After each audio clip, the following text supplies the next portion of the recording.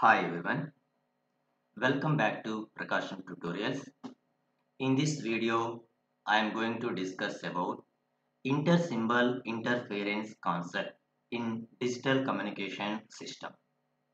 And what is inter-symbol interference? And this is the block diagram of baseband binary data transmission system. So this block diagram consists of pulse amplitude modulator. So this pulse amplitude consists of binary input data sequence and clock pulses, and the output of the pulse amplitude modulator is magnitudes of magnitude AK, and it is applied to the transmit filter. G of t is the impulse response of the transmit filter, and output of the transmit filter is S of t, and it is followed by the channel, and this channel impulse response is H of t, and it is connected to the summing point. This summing point output is receiver input, that is X of t. So the receiver input X of t is the sum of the channel output, and it is added to the white Gaussian noise W of t. And this signal X of t is passed through the receiver filter, and this receiver filter impulse response is C of t, and output of the receiver filter is Y of t. Okay, and it is sampled at Ti is equal to ITB, and the sampled value is applied to the decision making device, and comparing this output sampled value with threshold value. If this if the sampled value is more than the threshold value, it says binary bit 1, and if the sampled value is lower than threshold value, it says binary bit 0. So this is the baseband binary data transmission block diagram. So now coming to the definition of inter-symbol interference. The residual effects due to the occurrence of pulses before the sampling instant and after the sampling instant. Before the sampling instant and after the sampling instant is called as inter-symbol interference. ISI. ISI is abbreviated as stands for inter-symbol interference. And one more definition of the inter-symbol interference is the presence of output due to other bits interfere, interfere with the output of the required bit. This effect is called as inter-symbol interference. The inter-symbol interference is another source of bit errors in baseband data transmission. Suppose the channel is in dispersive nature. The present pulse sample, the present pulse is affected by the adjacent pulses. The present pulse is affected by the adjacent pulses. This type of interference is called as inter-symbol interference. And this is the definition of the inter-symbol interference. Let us consider a baseband binary transmission system in order to describe inter-symbol interference mathematically. And this is the pulse amplitude modulator, and the input of the pulse amplitude modulator is binary sequence or binary service BK. This binary service or binary data sequence consists of symbols, that is binary symbol 1 and binary symbol 0, and each symbol each with the bit duration is T suffix B. T suffix B is the bit duration of each binary symbol, and it is given to the pulse amplitude modulator, and this binary sequence is given to the pulse amplitude modulator.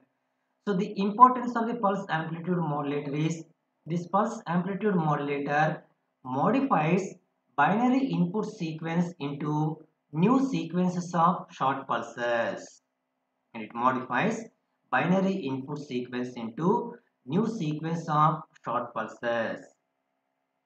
This new sequence short pulses amplitude is represented by or denoted as A suffix k,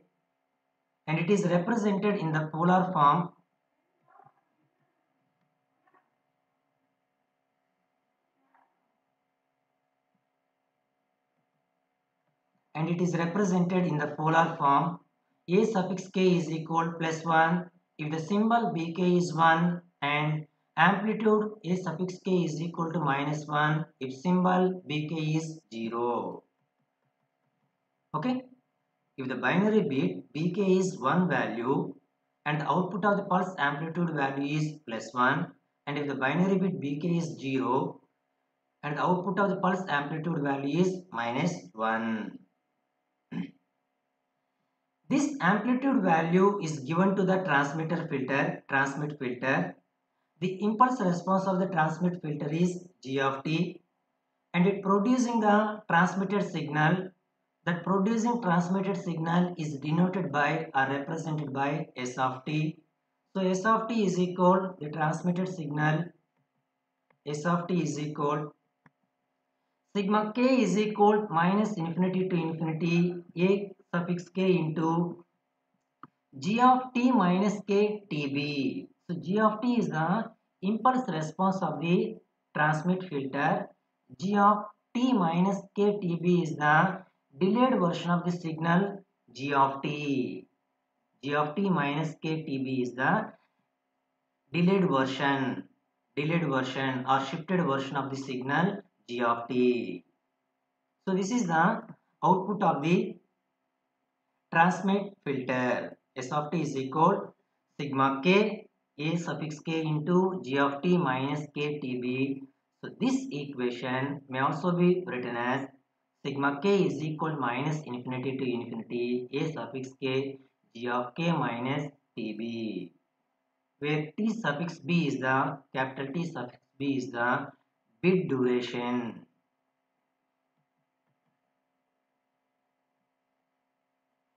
Information a suffix k is the magnitude of the pulse amplitude modulator output.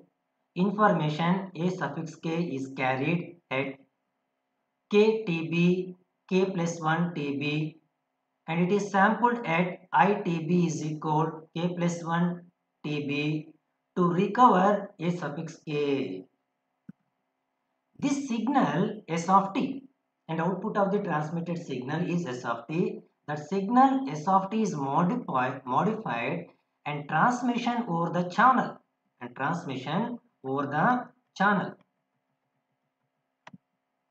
and this output is followed by the channel, and this channel impulse response is h of t. Once again, the output of the transmit filter, that signal S of t is modified and the transmission over the channel. The channel impulse response is h of t. The channel adds the white noise. This channel adds the white noise to the signal at the receiver input. X of t is the signal at the receiver input. The signal at the receiver input is the summation of the channel output and white noise. Summation of the channel output and white noise. And this signal x of t is the receiver input. That signal x of t is the noisy signal. The noisy signal x of t is then passed through a receiver filter. The receiver filter impulse response is C of t. The resulting filter output and output of the receiver filter is Y of t. The resulting filter output Y of t sampled at Ti is equal ITB, and this sampled output is given to the decision device. And the sampled output is given to the decision device. And this output sampled value y of ti is more than the threshold value, and lambda is the threshold value. So comparing this output sampled value with threshold value, if this sampled value is more than the threshold value, we will say it as a binary bit 1, and if the sampled value is lower than the threshold value, we will say it as binary bit 0. Okay. So from this figure, the channel output x of t is convolution of s of t with h of t, and output of the receiver filter y of t is the convolution of x of t with c of t. So the output of linear time invariant system is always convolution of the input signal with impulse response. We know that. Let us consider linear time invariant system. The output of LTI system is always convolution of the input signal with impulse response of the system. So now here the channel. The channel output x0 of t is the convolution of s of t with h of t, and this is the receiver filter. This receiver filter output is y of t is equal convolution of x of t with c of t. Next, calculate the channel output value x0 of t.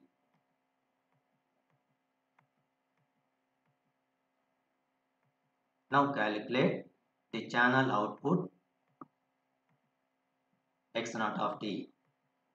So the channel output x0 of t is equal s of t convolution h of t, and the receiver filter input is, and the receiver filter input, that receiver filter input x of t as the channel output with additive white Gaussian noise. So that is x of t is equal x naught of t plus w of t, where x naught of t is the output of the channel and w of t is the noisy signal. But x naught of t is s of t convolution h of t, and substitute this value into here, we get x of t is equal s of t convolution h of t plus w of t. But the output of the transmit filter is s of t is equal sigma k is equal to minus infinity to infinity a suffix k g of t minus ktb. That is the output of the filter, transmit filter convolution h of t plus w of t.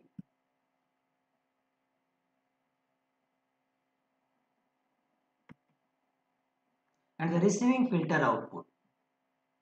And what is the input to the receiver filter? X of t.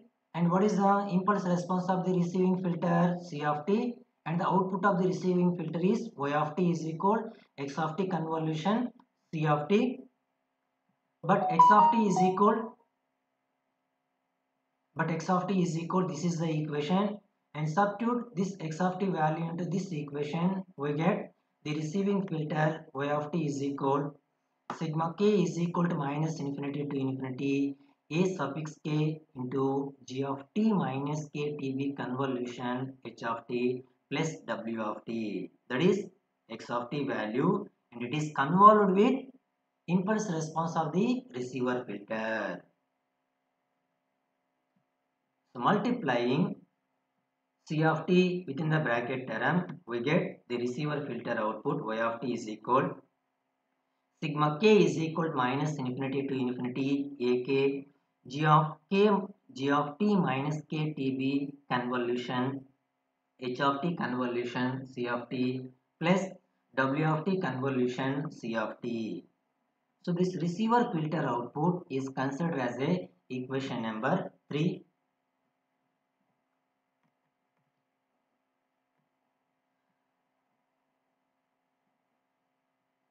The scaled pulse P of t is the scaled pulse.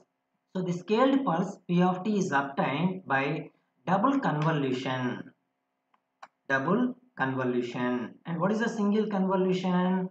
So let us suppose, for example, let us consider linear time invariant system, LTI system.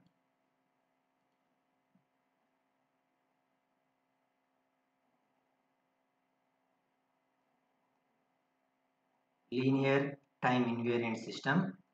This linear time invariant system input is x of t, and impulse linear time invariant impulse response system is h of t, and the output is y of t.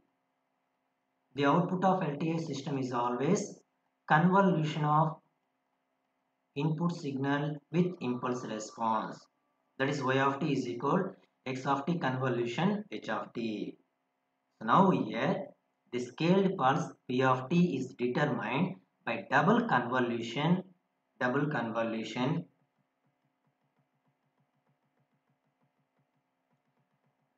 In this block diagram, baseband binary data transmission system. In this block diagram, transmitter filter impulse response is g of t, h of t is the channel impulse response, c of t is the receiver filter impulse response. Okay, the scaled pulse p of t is determined by double convolution of impulse response of transmitter g of t, the impulse response of the channel h of t, and impulse response of the receiving filter c of t. Okay, and it is given by p of t is equal g of t convolution h of t convolution c of t. So that is the scaled pulse is determined by double convolution. So we assume that the scaled pulse p of t is normalized by setting p of 0 is equal to 1. So keep in mind this condition. In this equation, so now here what is the output? Y of t is equal x of t convolution h of t. Take the Fourier transform on both sides. Fourier transform of y of t is y of omega. Using time convolution theorem, Fourier transform of x of t convolution h of t is x of omega into h of omega. Or this equation may also be written as in terms of f of f is equal x of f into h of f. Omega or f is the frequency domain. Now here, what is the scaled pulse? The scaled pulse p of t is equal g of t convolution h of t convolution c of t. In this equation, take the Fourier transform on both sides. So after taking Fourier transform of LHS term is equal Fourier transform of RHS term. Fourier transform of g of t convolution h of t convolution c of t. So Fourier transform of f of t is p of f. Fourier transform of p of t is p of f, and using double convolution theorem, using time convolution theorem property, the Fourier transform of g of t convolution h of t convolution c of t is g of f h of f c of f. So now here p of f, g of f, h of f and c of f are the Fourier transform of p of t, g of t, h of t and c of t.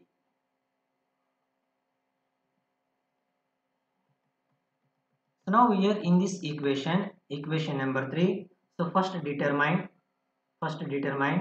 g of t minus ktb convolution h of t convolution c of t value, and after determining this value and substitute that value into this equation, we get output of the receiving filter. So first calculate this value.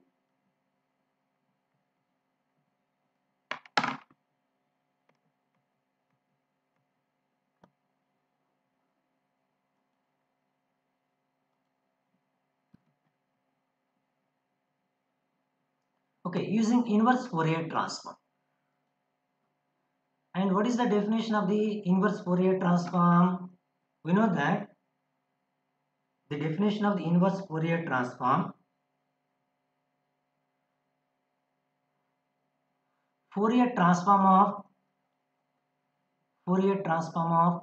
x of t is x of f. X of t is the time domain signal and x of f is the frequency domain signal. And inverse Fourier transform of the signal x of t is equal f inverse of x of f. And what is its definition? F inverse of x of f is equal integral minus infinity to infinity x of f into e power j 2 pi ft df. This is the definition of the inverse Fourier transform. Using definition of the inverse Fourier transform, g of t minus ktb convolution h of t convolution c of t is equal, and x of t Fourier transform is x of t Fourier transform is x of f. Okay, x of t is equal f inverse of x of f. What is this x of f? Fourier transform of x of t. Listen carefully. Similarly here, g of t minus ktb convolution h of t convolution c of t is equal f inverse of g of t minus ktb Fourier transform. So using time shifting property of the Fourier transform. And what is the time shifting property of the Fourier transform? We know that Fourier transform of x of t minus t naught is equal e power minus j 2 pi f t naught into x of f. And this is the time shifting property of the Fourier transform. Using that property, the Fourier transform of g of t minus ktb, now here the delay amount is ktb. So using this property, the Fourier transform of this value is e power minus j 2 pi f ktb into gf. Okay, and Fourier transform of h of t is h of f. Fourier transform of c of t is c of f. So using inverse Fourier transform, g of t minus ktb convolution h of t convolution c of t is equal f inverse of e power minus j 2 pi f ktb g of f h of f c of f, which is equal to inverse Fourier transform definition. Integral minus infinity to infinity. Now here what is the frequency domain? This is the frequency domain. This frequency domain into this frequency domain into e power j 2 pi f t df. So that is equal these two exponential on RHS side. This exponential term and this exponential term is written as e power j 2 pi f of e power j 2 pi f of t minus ktb into g of f, h of f, c of f. So that is equal g of t minus ktb convolution, h of t convolution, c of t is equal integral minus infinity to infinity, but g of f into h of f into c of f is the Fourier transform of the scaled pulse, that is p of f. Integral minus infinity to infinity p of f into e power j 2 pi f t minus ktb df. Using definition of inverse Fourier transform, so this value is equal to p of t minus ktb. RHS term of this integral is p of t minus ktb.